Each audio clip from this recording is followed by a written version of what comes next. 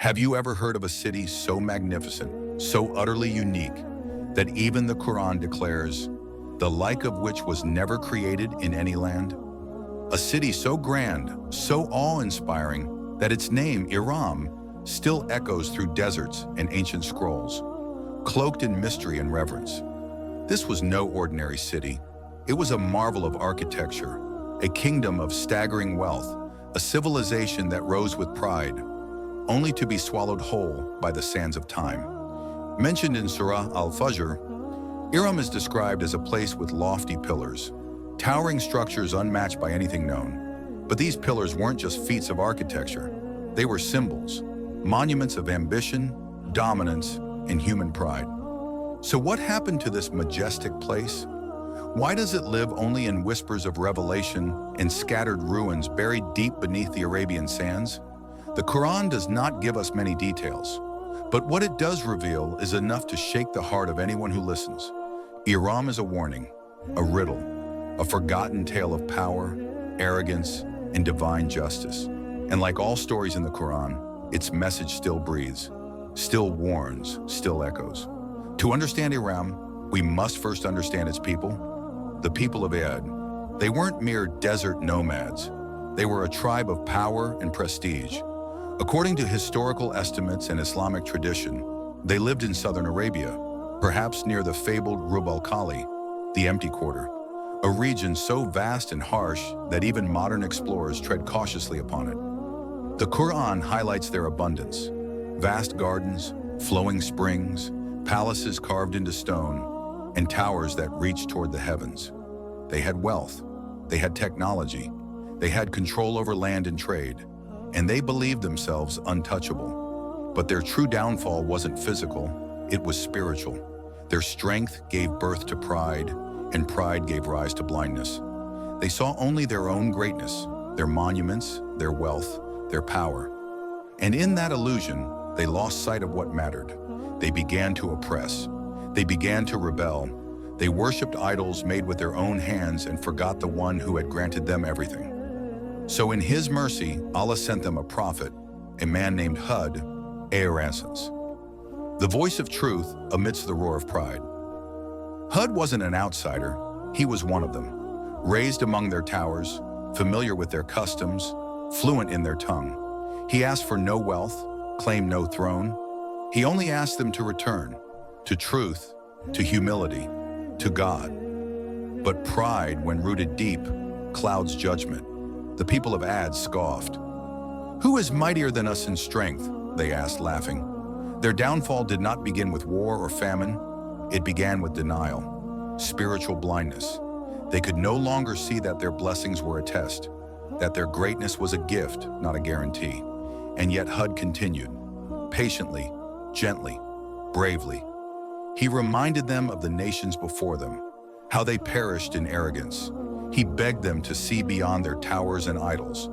But to the people of Ad, his words were an insult. How dare he challenge their gods, their legacy, their very identity? The warnings became mockery. The prophet became a target. The truth became an irritation. But Hud did not stop. He stood firm, not in defiance, but in hope. He was not there to condemn, but to save. Still, they refused. The turning point.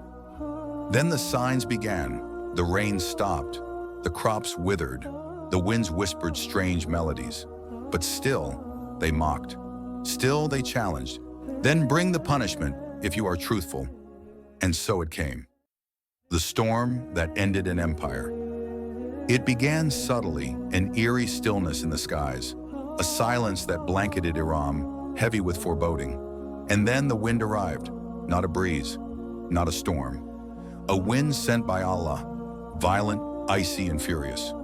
The Quran describes it as a sarsar atiyah, a raging, roaring wind that blew mercilessly for 7 nights and 8 days. Imagine that. 8 days of endless destruction, no dawn, no hope, no moment to breathe. It tore through their towers like paper. It uprooted homes and snapped palm trees like twigs. It hurled the once mighty giants of Iram into the sky and slammed them back into the earth. And then silence. The Qur'an says they were left looking like hollow trunks of fallen palm trees. The once majestic city was gone. Its streets, its markets, its temples, all erased. No voice remained to tell the tale. Only dust, only ruin. Was it real? For centuries, travelers have wondered, was Iram just a myth? Or did it truly vanish under divine wrath? The Quran confirms its reality, yet its exact location remains a mystery. Some say it lies buried in the Rub al-Khali. Some whisper of ruins near Shusur, Oman, where ancient water systems and collapsed limestone structures hint at a forgotten civilization.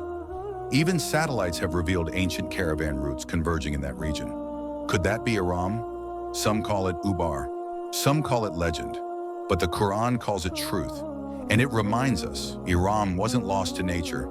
It was taken, erased by divine command. Not because it failed in architecture, but because it failed in spirit. Iram as a spiritual symbol. To mystics, Iram is more than a city. It's a metaphor, a condition of the soul. A soul that builds fortresses of ego, that decorates itself in pride, that mocks divine truth and calls it madness. And when the voice of Hud comes to awaken it, it resists, it ridicules, it rejects, until the storm comes. Just like Iram, such a soul collapses, not from weakness, but from the weight of its own arrogance. But here lies the beauty of the story. It's not meant to condemn, it's meant to awaken. The pillars still speak. Iram's pillars may be buried, but its message stands tall. No civilization is too grand to fall. No person is too powerful to be humbled. No pride is too rooted to be shaken by truth. And perhaps that is why Allah placed this story not in history books, but in the Quran, to be recited, to be remembered, to be reflected upon. For those who truly listen, Iram still speaks. Not through ruins, but through warnings. Not through silence, but through the thunder of divine truth. A final reminder. The world today is full of new Irams. Nations boasting of strength, economies glowing with wealth, societies filled with innovation. But beneath the shine lies a familiar danger, the temptation to forget, to claim we built it all with our own hands, to trust in our might, not in our maker. Iram was not destroyed in one day. Its fall began with a subtle shift in the heart, a slow drift from humility to hubris. And so the story of Iram is not just history, it's prophecy, it's a mirror. We must ask ourselves, are we building monuments of pride or legacies of faith? Are we listening to the voice of Hud or waiting for the storm? Because in every age, Iram rises, and in every age, Iram falls.